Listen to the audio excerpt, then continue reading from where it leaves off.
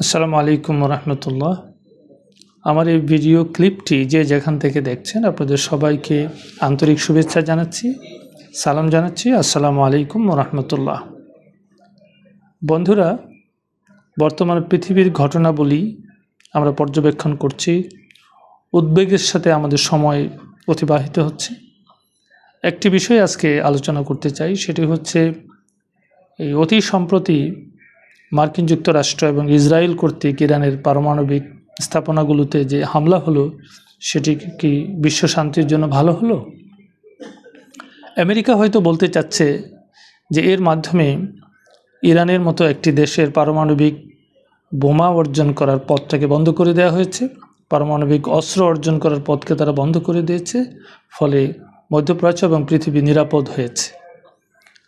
কিন্তু আমার কাছে মনে হচ্ছে এটা ব্যাপারটি সম্পূর্ণ উল্টো। কিভাবে? সেটা হচ্ছে ইরানের যে পারমাণবিক প্রকল্পগুলো ছিল সেটা ছিল ট্রান্সপারেন্ট ছিল এবং সেটা আন্তর্জাতিক অ্যাটমিক এনার্জি কমিশন তাদের সম্পূর্ণরূপে অবজারভেশনের মধ্যেই ছিল। এখানে চুক্তি ছিল এবং ইরান তার সমস্ত কিছুকে উন্মুক্ত করে দিয়েছিল দেখার জন্য।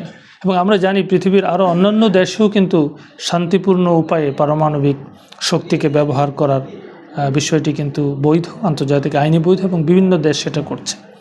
ইরান যখন সে একই কাজ করতে যাচ্ছে, সেটাকে ইসরায়েল এবং মার্কিন যুক্তরাষ্ট্র সেটাকে একটা অজুহাত দিয়ে যে এখানে তারা পারমাণবিক বোমা তৈরি করছে এই কথা বলে তারা তার উপরে হামলা চালালো।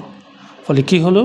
সারা পৃথিবী দেখলো এবং যে সমস্ত দেশগুলো, আমি বলবো বিশেষ করে ছোট ছোট দেশ যারা আছেন এবং যারা অন্যান্য দেশে তারা হুমকির মুখে আছেন, তারা এখন থেকে তারা সিদ্ধান্ত নেবেন যে না, আমরা শান্তিপূর্ণভাবে পারমাণবিক প্রকল্প আমরা যদি করতে যাই তাহলে সেটা আমাদের এই ধরনের হুমকির মুখে পড়তে পারে, আমাদের শত্রু রাষ্ট্র কর্তৃক আমাদের উপরে এইভাবে হামলা হতে পারে।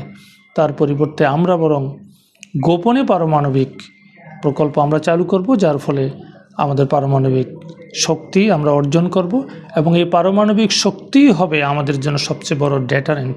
এটি আমাদের দেশের নিরাপত্তাকে রক্ষা করবে। ফলে এই হামলার ফলে পৃথিবীতে পারমাণবিক অস্ত্রের বিস্তার রোধ করার পরিবর্তে বরং পারমাণবিক অস্ত্রের প্রতিযোগিতা তৈরি হবে এবং সেই প্রতিযোগিতা গোটা পৃথিবীকে চরমভাবে ধ্বংসের দিকে ঠেলে দেবে।